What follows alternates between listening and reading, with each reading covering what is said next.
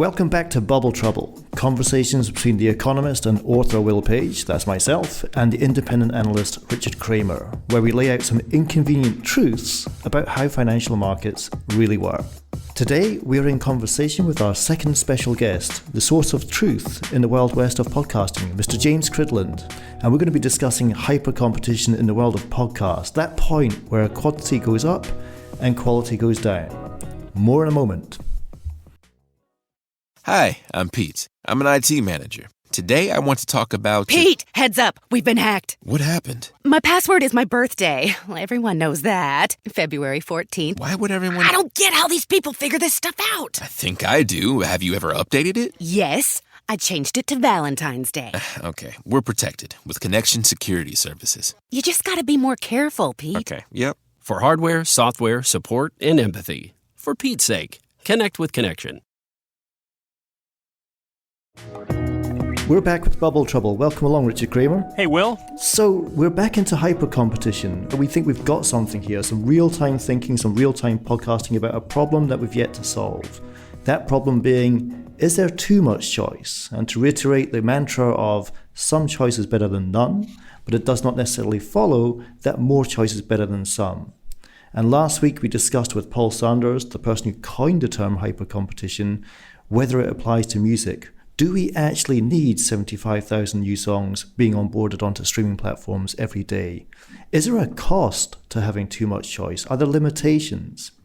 This week we flip it to podcasts, and we've got the best person in the world to speak with, James Cridland, the author of the Pod News newsletter and the fantastic Podland podcast. And James, welcome to Bubble Trouble, and thank you so much for giving us your time. Oh, it's a great pleasure. It's excellent to be here. So, to introduce James Cridland to the stage, I have to stress I subscribe to many podcasts. I'm now listening to one, which is Podland, his weekly summary of what's going on in the Wild West of podcasting. And I subscribe to many newsletters, and I'm reading only just one, which is Pod News, his newsletter. So let me ask James to firstly introduce the work that he does, which is so crucial in helping this business, which is literally designing a plane whilst it's in flight. But not just introduce the work that's available for free to consume that he's doing, this incredible work that he's producing, but also, James, maybe just start off by explaining to me what's in a word, the syntax of podcasts. As far as I can work out, it's a merge of two things: an iPod, which you can only buy in the cash converters in Kentish Town High Street, and a broadcast, which is the opposite of what podcasts are. They're narrowcasts. They're not one-to-many. They're many one-to-ones. So firstly, the work that you produce, and secondly, the definition of a podcast. Well, firstly, yes, I write a bunch of different things around podcasting, and I've been in the audio space for the last 30 years. And being in the audio space for the last 30 years, in February 2004, that is when another British person came up with the word podcast, a man called Ben Hammersley, who was a journalist at The Guardian at the time. And it's exactly that. It's a portmanteau between iPod and broadcast. And you're absolutely right that is two things that podcasting isn't. If you talk to old gold podcasters, they will talk to you about audio files and MP3s and without DRMs and distributed via an RSS feed and lots of technical mumbo jumbo, which is completely pointless. From my point of view, a podcast is on-demand audio. It's like a radio show, but it's on demand. Now, I want to get to you by revealing a stat that you introduced me to, which is at the current ramp rate, we're looking at 2 new podcasts being launched every minute. Now, this may not be true since Anchor has changed its tone a little bit, but for a while, 2 new podcasts, not episodes, 2 new shows were being launched every minute. So in the, 4 minutes I've been talking here, that would have been 8 new podcasts on boarding a platform. Do we need that much choice? Is there a problem with that much choice? And I want to get into a sort of long tail introduction to this discussion here by just citing a 2008 study I did on the download market on iTunes. There was 13 million tracks on the digital shelf in 2008. And I worked out that 10 million didn't have a single click. So the long tail was very long, but it was also very dormant. A lot of dormant tracks sat on the shelf. Can you just open this conversation up by talking about the long tail of podcasts when we're looking at 2 new shows every minute getting produced? Yeah, I mean, there are a lot of new podcasts being made all the time. There are 4.2 million podcasts out there. And one of the things that is, I think, a little bit concerning is if you have a look at the best research that we have, which is Edison Research's Infinite Dial, and that says that the average amount of podcasts that people listen to is 8. So that's 8 different shows a week. But when you start diving into this, it's skewed by the super listeners, people who are listening to loads and loads and loads of them. Actually, a third of people listen to 3 podcasts or under. So 3 podcasts or under, but 4.2 million podcasts out there. That's quite a difference in terms of numbers, I think. And we're looking at a land of niches, I guess. I mean, when we talk about hit podcasts, how big are those hit podcasts hitting? What's the popularity of the head? Well, I think when you look at the amount of downloads that you need to make a hit, then you are looking at actually a very small amount of podcasts. You're looking at the top 1%, the top 2%. Half of all of the podcasts out there get less than 28 downloads per episode in their first week. So as long as you're doing more than 28 downloads for this particular show, then you are doing better than half of the podcasts out there. But having said that, you need to launch an awful lot of great content in order to find some of those hits, because some of those hits will naturally bubble to the top and naturally give people the hits that they're looking for. So I think it's not necessarily a concern that there are so many podcasts out there. It's probably just making sure that the search algorithms, that the recommendation algorithms actually make sure that the recommendation algorithms just make the hit podcasts the most successful on those platforms. I'd like to step in here and challenge one of the things that you said, which is that these podcasts will naturally, and you used the word bubble, but sort of rise to the top or come to the surface. And what we've seen in other media certainly is that you've got to put a lot of effort into marketing. And certainly in the record industry and the music industry, I think Will nod along to this, it's all about the marketing that's put behind particular artists. And with so many podcasts out there, how does one know what should get marketed? How do you pick the wheat from the chaff? Well, I think that's one of the problems that Spotify is running into, because Spotify is launching a bunch of new individual podcasts every single week, every single month. And of course, it's actually very difficult to promote more than 1 or 2 of these shows. If you're going to promote them, a lot, if you're going to really shout about them, how can you possibly shout about 30 or 40 individual shows?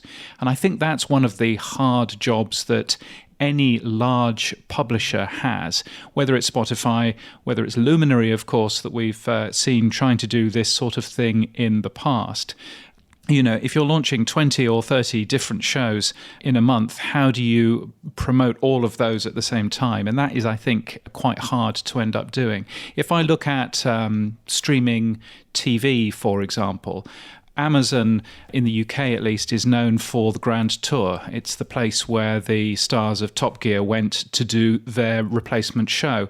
HBO is known as the place where you watch Game of Thrones in the US, or Foxtel has Game of Thrones here in Australia, where I'm talking to you from. And really, those are the tent pegs, and there are very, very few of those that are actually holding up the whole edifice, holding up the whole tent of Amazon Prime or HBO. Joe Rogan is perhaps doing that for Spotify a little bit, but there are very few other really large exclusive shows that Spotify has that are actually delivering an awful lot of new customer acquisition. We'll come to Joe Rogan in the second half of this podcast, but you are reminding me of something we discussed last week, which is when you have an increasingly long, skinny tail of content, when you have hyper competition, there's more noise in the market, therefore you need more relative investment to stand above that noise, and that favors the few, not the many. And it's almost like the inequality widens with the more democratization of access a market has. I think really one of the things around podcasting that we're seeing a lot of now is Hollywood signing up big stars to appear in a podcast, because that is at least a hook to get you in. I think what they've not necessarily understood is that a Hollywood personality is a personality because they get scripts written for them by amazing writers. That's where a Hollywood personality gets their personality from. So actually, if you stick a Hollywood personality in front of a microphone and say, talk about your life, then there's actually quite little life to actually talk about. But clearly, bringing in a big star for your podcast is something that should certainly, in their minds, help a new podcast get established. Can I zero in on, again, something that we like to talk about in this podcast, since it's about bubbles and bubble trouble? There's clearly a cost to producing all of these podcasts with all of these stars, and it's got to be commercial at some point. And a lot of the folks who advocate for a giant market in podcast advertising look over to the radio world. And they say there's this huge market in radio advertising. The figure is almost surely out of date right now, but they point to $17 billion of radio advertising in the U.S. Yeah, 17 billion. That used to be bigger than the global music industry. So that's supposed to be the natural home of advertising shifting to podcasting.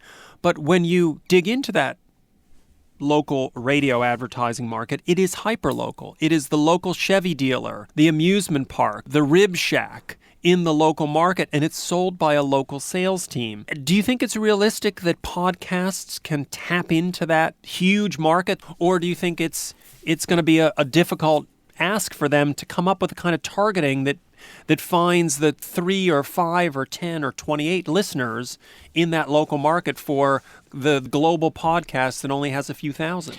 I think you've got two questions there. You've got, is it technically possible for podcasts to do targeting? And on the other side, how can you go out and sell local advertising to local advertising clients? And I think if you were to take both of those separately, firstly, from a technology point, yes, it's absolutely possible for the ads that you hear in a podcast to be hyper locally targeted to individual people, and not just locally targeted, but targeted to people's individual communities of common interest. You look at radio and you assume that it's local radio, it's local communities and everything else. Actually, it's not. Radio is all about communities of common interest.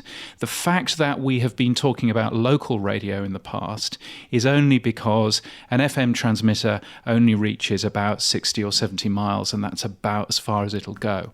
That's very different to when you look at communities. And clearly what we're seeing now is we're seeing internet radio and podcasting, which is specifically for communities that aren't just local communities, but communities of common interest, whether that's communities of the people who are interested in economists talking about bubbles, to people who are interested in what Joe Rogan has to say, or indeed podcasts about underwater knitting or whatever that might end up being.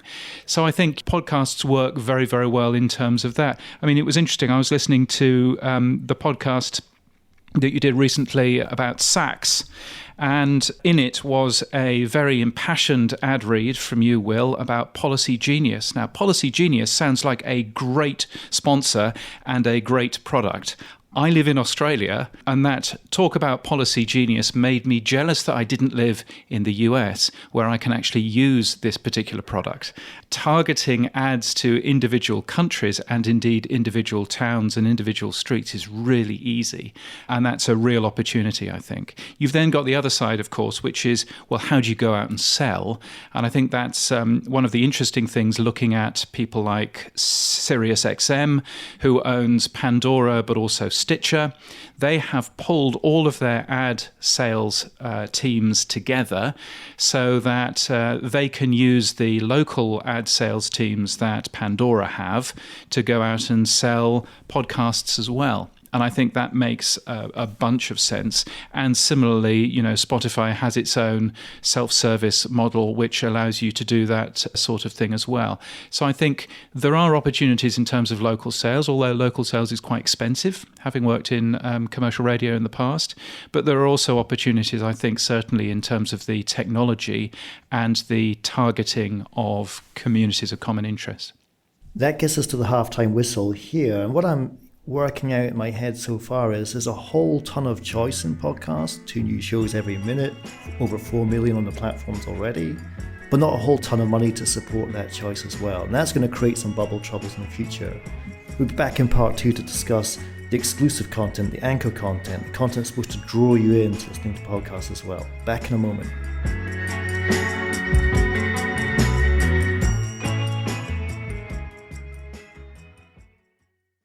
Hi, I'm Pete. I'm an IT manager / superhero. Pete, bad news. What happened? I put a very expensive latte on top of my car, drove off, and it spilled. It's bad. How's that my problem? Oh, my laptop was up there too.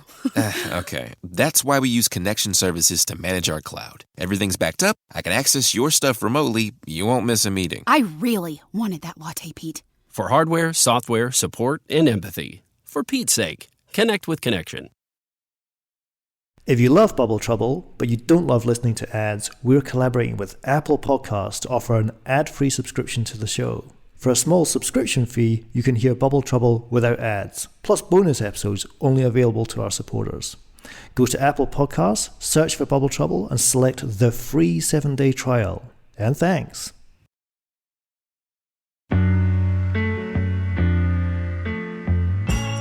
We're back for part 2 of Bubble Trouble with James Cridland, one of the best informed commentators on the podcast industry that we know.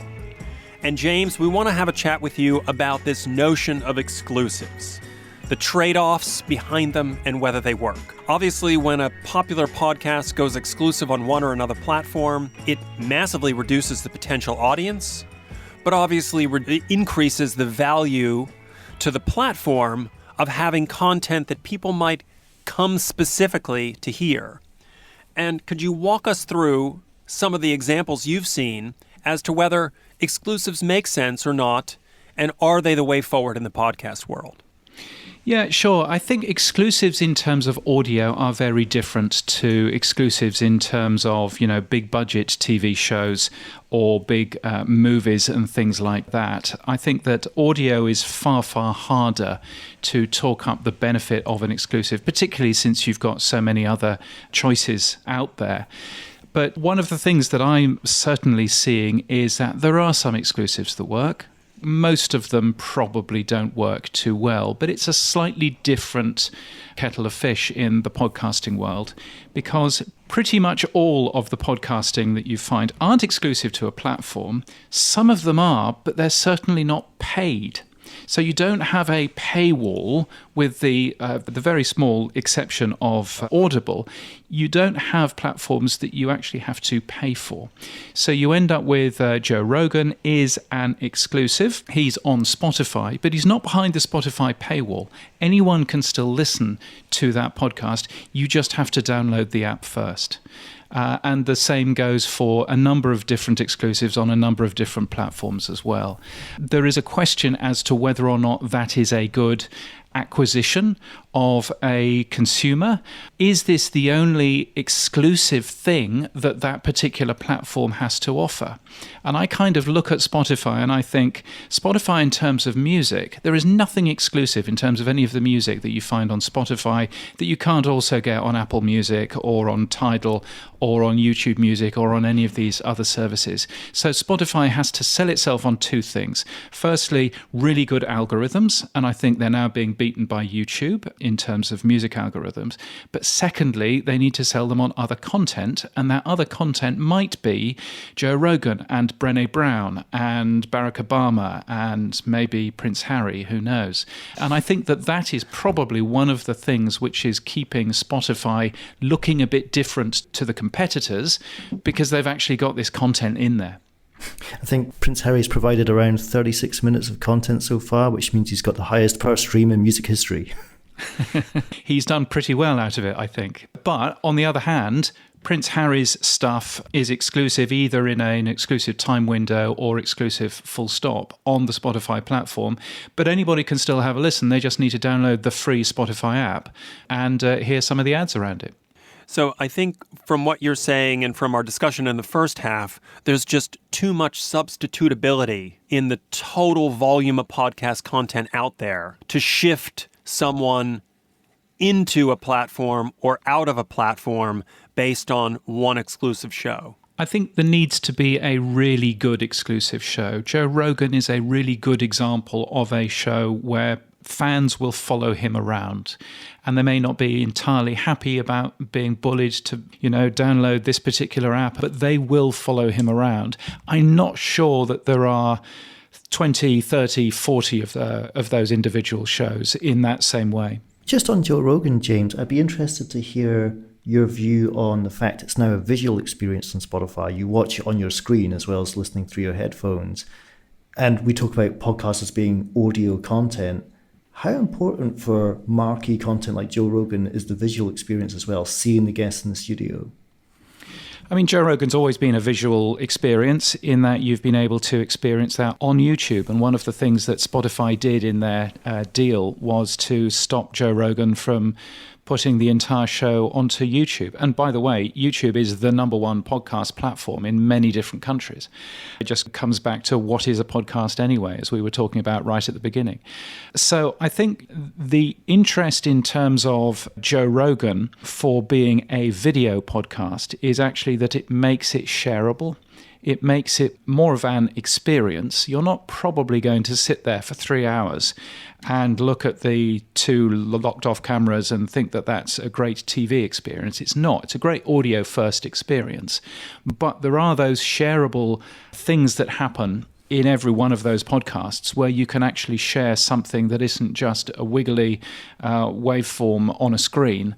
You can actually share the video of that particular bit. And I think it's great, therefore, for marketing and that sort of thing, but probably not how most people are consuming it. So it'd be interesting to find out how many people have watched a clip of Elon Musk smoking a spliff with Joe Rogan versus how many people listened to the 3-hour interview in its entirety. Oh, I would completely agree with that. And I think there are whole podcasts to be made of how long a podcast should be and whether 3 hours is too long. There's a very good radio consultant called Valerie Geller who has a catchphrase of "don't be boring." And maybe there's something to be learnt from that. But I'm sure that a lot of people were both watching the show on YouTube, but having it on in the background, but also using YouTube comments to feel as if they were part of that community of common interest that I was talking about earlier. And those comments don't exist on Spotify. So Spotify has this problem where they've actually taken a community of people that really enjoyed that Joe Rogan show, and they've dumped them somewhere where they can't actually continue to function as a community anymore. And that's a bit of a concern. So let's wrap up. We want to get to smoke signals soon, but I just want to frame one last question on this hyper competition in podcasts. So in part one, we established there's a ton of choice, but there's not a ton of money. And in part two, we're seeing how platforms are resorting to exclusives as a strategy towards driving their podcast business forward. When I was taught exclusives, the textbook example is called the Howard Stern effect, who left FM radio, which had massive reach, went to Sirius XM, which had less reach, but from quantity to quality had a core audience which was worth more. So he reduced his reach and increased his value. Do you see Howard Stern examples happening in podcasts? Or to your earlier point, the fact they're available for free, does it kind of undermine the Howard Stern strategy of an exclusive in itself? Yeah, I think there's a big difference there in between exclusives that help consumers sign up to a service. There are lots of people who have signed up to Amazon Prime Video in the UK because they wanted to watch the Grand Tour. And I think there's a big difference there to making a podcast which is available free, but you have to download a specific app to end up getting that. Now, there's a particular example in the UK of the BBC Sounds app where they are actually doing exactly that. They have a free app. They're putting a bunch of content that license fee payers like you are paying for, but the only place that you can have a listen to them is on the BBC Sounds app. And that seems to be a successful strategy for the BBC, but then they do have 23,000 people working for them, and they do have some pretty good content on there as well. And I think if we've learned anything over the last 15 years, it's that people coming into the podcasting industry really underestimate what hard work it is to make great audio. Right, and this is why I'm just like banging my head against the table here, because what is a podcast? Well, there are arguments going on around should we call radio anymore? And I'm a big fan of calling things by what the audience calls it.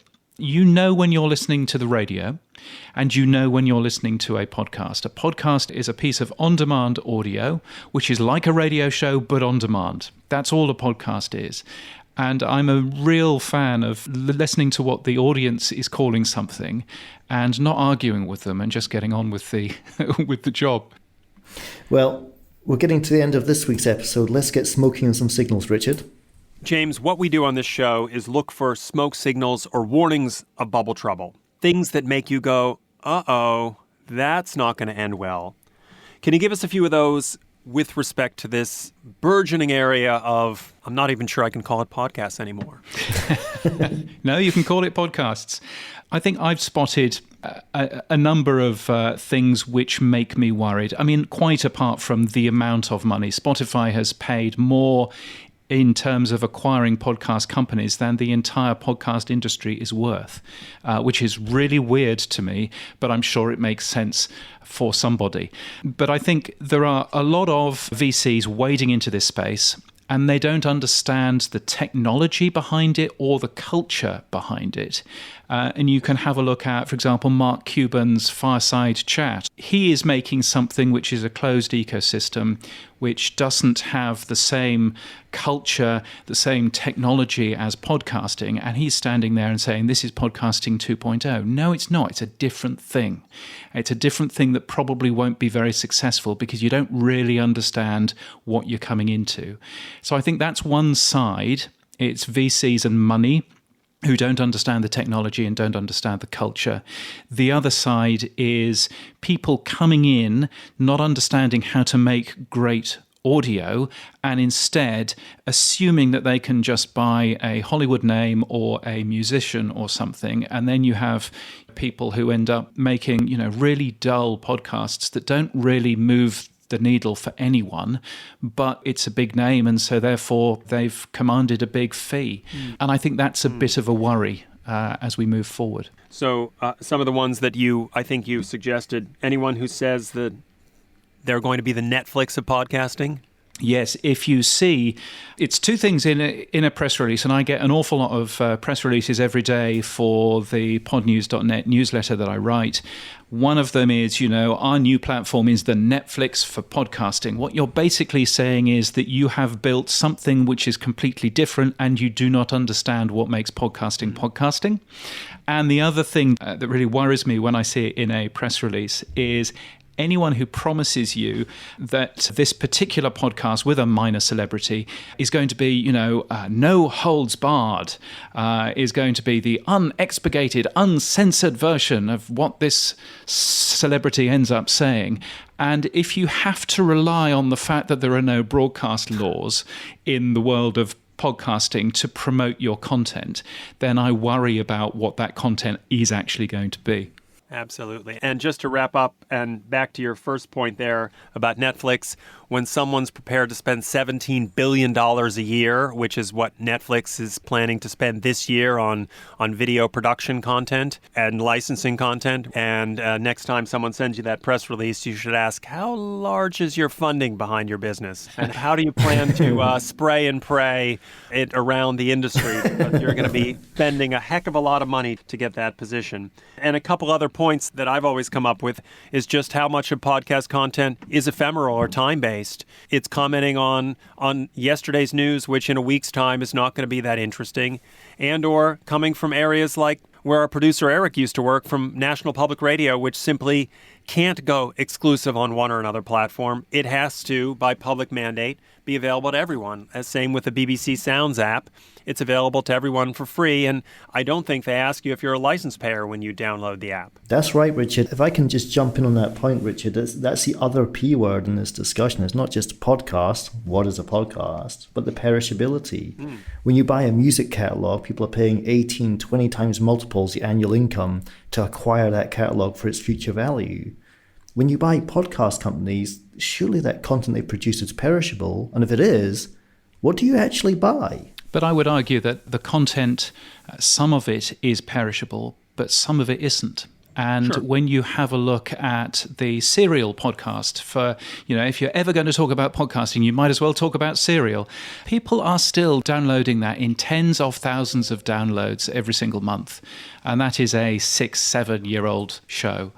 Because it's a great show, because it isn't perishable, because it is there all the time. And there are countless examples as well. Whether you're having a look at the West Cork podcast, whether you're having a look at archive shows from In Our Time, from the BBC, or from other things, there are countless archive stuff that works in a very evergreen way, and there are an awful lot of stuff which is all kind of throwaway too. But then what is the New York Times if it's not a throwaway medium with some stuff that you will never come back to, but some stuff that you might do in the future? Sure. I guess it raises the question of catalog value, and it's much harder to define in this audio space than it is in the traditional media space, where you'd have to assume the back catalog of MGM or Disney or Fox Studios has a certain demonstrable value, whereas we haven't yet learned how to value the back catalog of podcasts. Again, I would argue against that. I think one of the reasons why Wondery was purchased by Amazon wasn't that it had a great set of podcasts. Their podcasts are fine, but it wasn't just because of that. It was because they've bought Wondery because of the IP that they own in those formats and what they've been able to do, for example, with the Business Wars podcast. In America, that would have been about Pepsi versus Coca-Cola.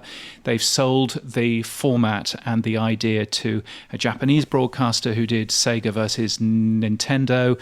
They've sold it to a podcaster in the UAE who's produced an Arabic version of that show as well. So I think that there are opportunities once you move past the, is a podcast just Joe Rogan, having a spliff with Elon Musk, and is there more to the medium than that? I think there is, and I think that's where the real value is. Indeed. Yeah, in music we like to say the brand is bigger than the band, and perhaps that's what you're getting at there. So, James, let me talk to you about one of my sticking points or great bugbears about the notion of podcast advertising, which is if I'm a subscriber to a premium service, I'm expecting to get no ads. And yet, I would be the most attractive audience to advertise to. So how does it work with the people who pay to recuse themselves from all that bothersome advertising and the notion of paying for exclusives that you can drop ads into for the audience that you really oughtn't be bothering with those ads? Well, I mean, when I pay for cable TV or for satellite TV, I still get ads in there. I'm sure that there are many other examples. When I pay for the New York Times, I still get ads in there as well. Sure. It is one of the things that I've always been a little bit concerned about. If you are a company who is selling advertising, for you to basically then turn around and say, but you can also pay to get rid of the ads. Because to me, that means that you end up being a company that is selling low quality audiences that aren't interested in paying for those particular shows, and so therefore will happily hear the ads. And those audiences, if you're trying to sell a BMW, well, the BMW driver is probably going to be paying to get rid of the ads in the first place. So how on earth do you actually get him to buy a BMW or an Audi? That's going to be very, very hard. So I'm always slightly nervous about companies that are both selling advertising but also selling the opportunity to get rid of advertising too. But James, let me come on this. People are placing huge bets on podcasting. We can see that hundreds of millions of pounds £10 on podcasting companies with perishable content. I get that. We still don't know whether the ad money is going to migrate over to podcasts. And now we're seeing hit content go direct, which is presumably without adverts. What signal does that send to the advertising market, which might be pondering whether it should allocate 5% of its budget to podcasts or 25% of its budget to podcasts, if it starts to see a long tail distribution where the head says, we don't want ads, and the tail says, nobody's listening to us? Aren't we going into a bit of a cul-de-sac here? Well, but I also think that we are over-exaggerating Spotify's place, paid podcasting's place in the industry. I think when you have a look at podcasting in total, Spotify is between 15 and 20% of all of the plays. And Spotify seems to excel in younger audiences and also more occasional audiences as well in terms of podcasting. And the only other way of getting rid of the ads is to go for somebody like, Apple Podcasts paid services. And those again are fine, but I think actually what we're beginning to see there isn't getting rid of the adverts, it's a different funding model to make content that actually is quite difficult to make. You can look at the obvious example, which is true crime.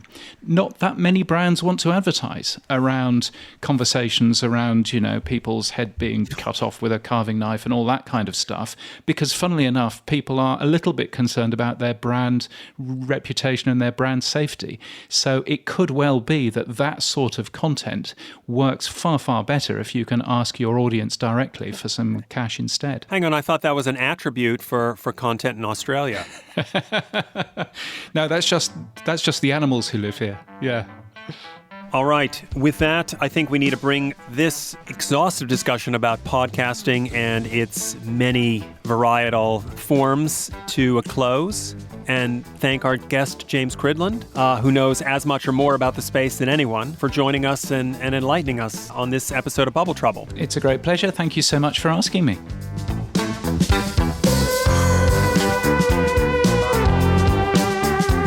If you're new to Bubble Trouble, we hope you'll follow the show wherever you listen to podcasts. Bubble Trouble is produced by Eric Nuzum, Jesse Baker, and Julia Nat at Magnificent Noise.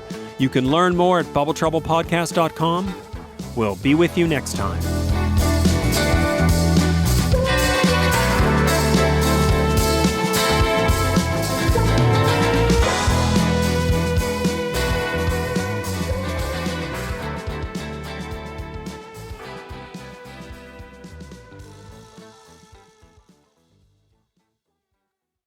Hi, I'm Pete. I'm an IT manager. Today I want to talk about... Pete, heads up. We've been hacked. What happened? My password is my birthday. Well, everyone knows that. February 14th. Why would everyone... I don't get how these people figure this stuff out. I think I do. Have you ever updated it? Yes. I changed it to Valentine's Day.